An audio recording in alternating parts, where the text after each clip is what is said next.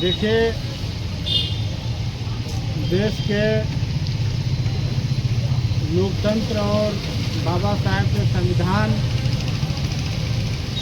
को आज बहुत बड़ा आघात लगा है इटावा की घटना से। बाबा साहेब के संविधान सबको जीने की, बराबरी की आज़ादी देता है और हमारे देश के संविधान में कहीं कोई ऊंच नीच की चर्चा नहीं है। वो दलित का बेटा बेटी हो, पिछड़ा का हो, अगड़ा का हो, अल्पसंख्यक का हो, सारे लोग इस देश के प्रधानमंत्री, राष्ट्रपति बन सकते हैं, मुखिया बन सकते हैं, मुख्यमंत्री बन सकते हैं। तो फिर इस देश में कथा कोई क्यों नहीं कर सकता? आज इटावा की घटना पर हम लोग जुटे हुए हैं और पूरे देश में इसका विरोध और प्रतिकार हो रहा है। और हर परिवर्तनकारी आदमी जो भी जाति और धर्म से ऊपर उसके बात करता है, सुनता है, वो हर एक आदमी के दिल और दिमाग में ये एक मैंने ऐसा चोट पहुंचा है। इटावा की घटना, उड़ीसा की घटना, बिहार की घटना, मध्य प्रदेश में एक व्यक्ति पर पेशाब करने वाली घटना, ये घटना आज लोगों को ये सोचने को मजबूर कर रहा है कि क्या हम देश की आज़ादी के खातिर इसलिए लड़े थे, अंग्रेज़ों को इसलिए भगा करके हम अपनी बलिदान में दिए थे। तो आज जब से भारतीय जनता पार्टी की सरकार, मोदी जी की सरकार, योगी जी की सरकार आई है, आए दिन बाबा साहब के संविधान को जलाना, उनकी मूर्तियों को तोड़ना, गांधी जी के मूर्तियों को तोड़ना, और अब यहाँ तक आ गए कि कोई भी दलित और पिछड़ा कथा नहीं कर सकता है, कोई प्रवचन नहीं कर सकता है, वो सिर्फ दान देने के लिए पैदा हुआ है, तो अब ये नहीं चलेगा।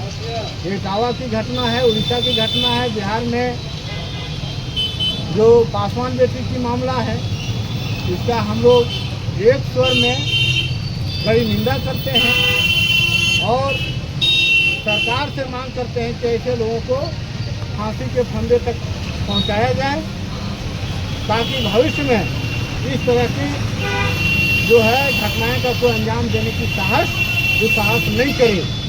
और हम लोग इसका गांव-गांव में जाएंगे, लोगों को जगाएंगे और अपने बाबा साहेब के जो संविधान है उसके मार्फत जीने का अधिकार के बारे में लोगों को जागरूक करेंगे। क्योंकि आज अगर इंसान और इंसान ही नहीं रहेगा, उसके माथे पर पेशाब कर दिया जाएगा, उसको कथा कहने पर, प्रवचन कहने पर अगर उनको इस तरह की सज़ा मिलेगी, तो फिर हमारे देश में लोकतंत्र नाम का चीज़ नहीं है।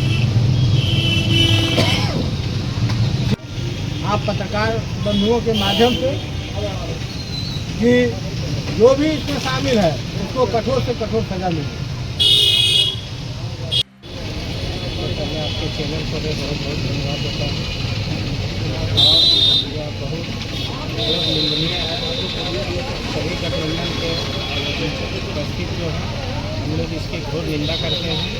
सरकार को इस तरह के शर्मनाक घटना पे भी अगर किसी तरह का सरकार का कोई प्रतिक्रिया नहीं हो रहा है, तो जनमानस को इस बिंदु पर विचार करना चाहिए, इसमें परिवर्तन की ओर आना चाहिए। और बस हम इतना ही बात करना चाहते हैं। इटावा घटना को लेकर आज हम लोग कोडरमा जिला के सामाजिक लोग इकट्ठा हुए हैं और हम लोग निंदा प्रस्ताव किए हैं। और आज ये घटना भारत देश के लिए नई घटना नहीं है। 2014 से जब से प्रधानमंत्री सत्ता में आई है, तब से नशा में चूर होकर देश में समाज को बांटने का काम किया जा रहा है।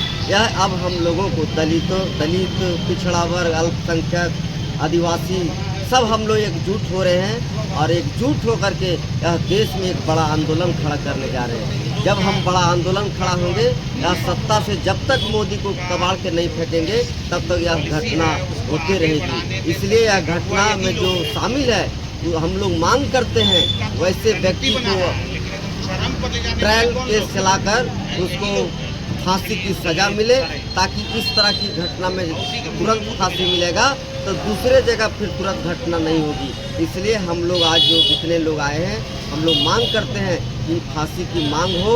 और उड़ीसा में भी 2 लोगों को किस तरह से जानवर के जैसा मनुष्य को घास खिला करके जमीन पर दौड़ाया गया है, यह निंदनीय है।